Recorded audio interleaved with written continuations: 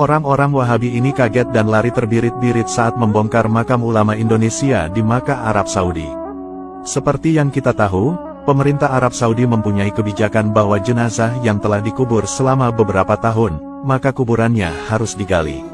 Selanjutnya, tulang belulang jenazah kemudian diambil dan disatukan dengan tulang belulang mayat lainnya. Lalu, semua tulang-tulang itu dikuburkan di tempat lain demi efisiensi penghematan lahan pemakaman.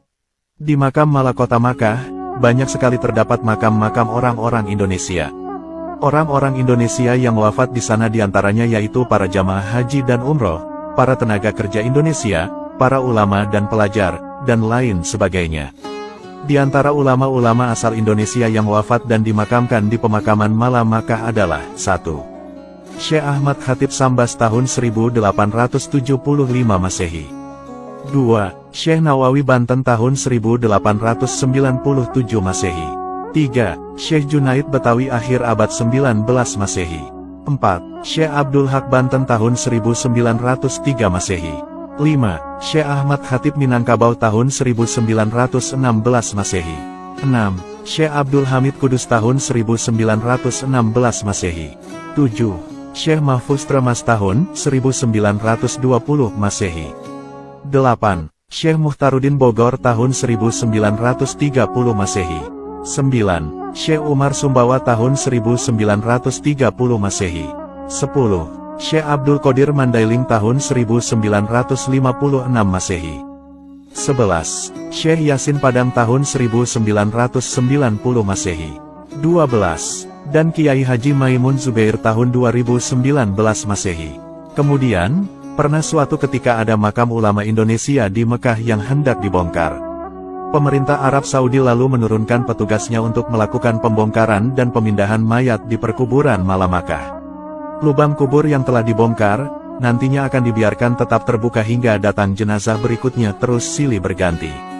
Kebijakan ini dijalankan tanpa pandang bulu.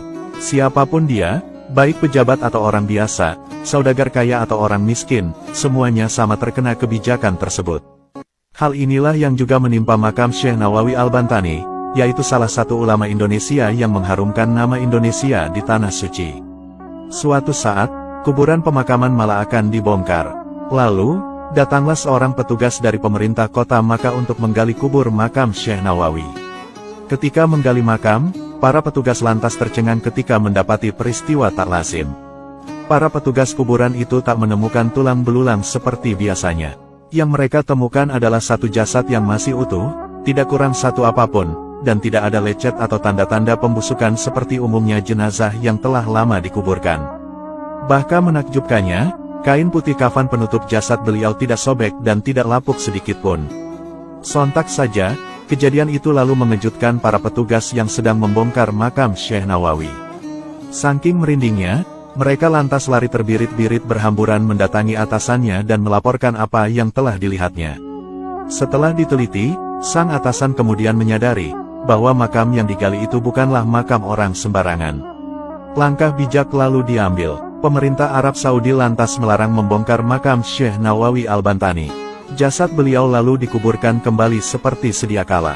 Hingga sekarang, makam beliau akhirnya masih tetap berada di Mala Makkah dalam kondisi jasad yang masih utuh. Syekh Nawawi Al-Bantani memang dikenal sebagai orang solih dan berilmu. Sudah dari masa muda beliau menimba ilmu di Pulau Jawa, lalu melanjutkan studinya di kota suci Makkah dan Madinah. Syekh Nawawi Al-Bantani juga hafal 30 juz Al-Quran, menguasai bidang ilmu Al-Quran, hadis, tafsir, fikih, nahwu, dan lain sebagainya.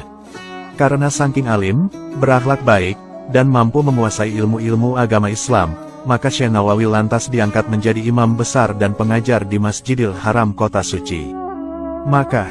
Banyak sekali murid-murid beliau yang berasal dari Indonesia, Asia Tenggara, bahkan dari seluruh penjuru dunia. Syekh Nawawi Al-Bantani adalah ulama asal Indonesia yang hidup pada tahun 1813 hingga 1897 Masehi. Banyak sumber menyatakan bahwa Syekh Nawawi wafat di Makkah dan dimakamkan di pemakaman Mala pada tahun 1314 Hijriah atau tahun 1897 Masehi. Namun menurut Al-A'lam dan Mujam Mualim, yaitu dua kitab yang membahas tokoh dan guru yang berpengaruh di dunia Islam, dijelaskan bahwa Syekh Nawawi wafat pada tahun 1316 Hijriah atau tahun 1898 Masehi. Jadi jika dihitung-hitung, Syekh Nawawi hidup sekitar 47 atau 48 tahun sebelum kemerdekaan Republik Indonesia. Syekh Nawawi sendiri menjadi pengajar di Masjidil Haram sampai akhir hayatnya, yaitu sampai tahun 1898 Masehi. Maka wajar saja bila beliau dimakamkan berdekatan dengan makam istri Nabi Muhammad, yaitu Sayyidah Khadijah, di pemakaman Malammakkah. Syekh Nawawi Al-Bantani bahkan mendapatkan gelar Sayyidul Ulama Hijaz, yang berarti sesepuh ulama Hijaz, atau guru dari ulama Hijaz, atau akar dari ulama Hijaz. Dan di Indonesia sendiri, Syekh Nawawi diberi gelar Sayyidul Ulama Indonesia, yang berarti sesepuh atau guru ulama-ulama Indonesia. Selain itu, beliau juga mendapat gelar Al-Imam Wal Faham Al-Mudakik, yang berarti tokoh dan pakar dengan pemahaman yang sangat mendalam.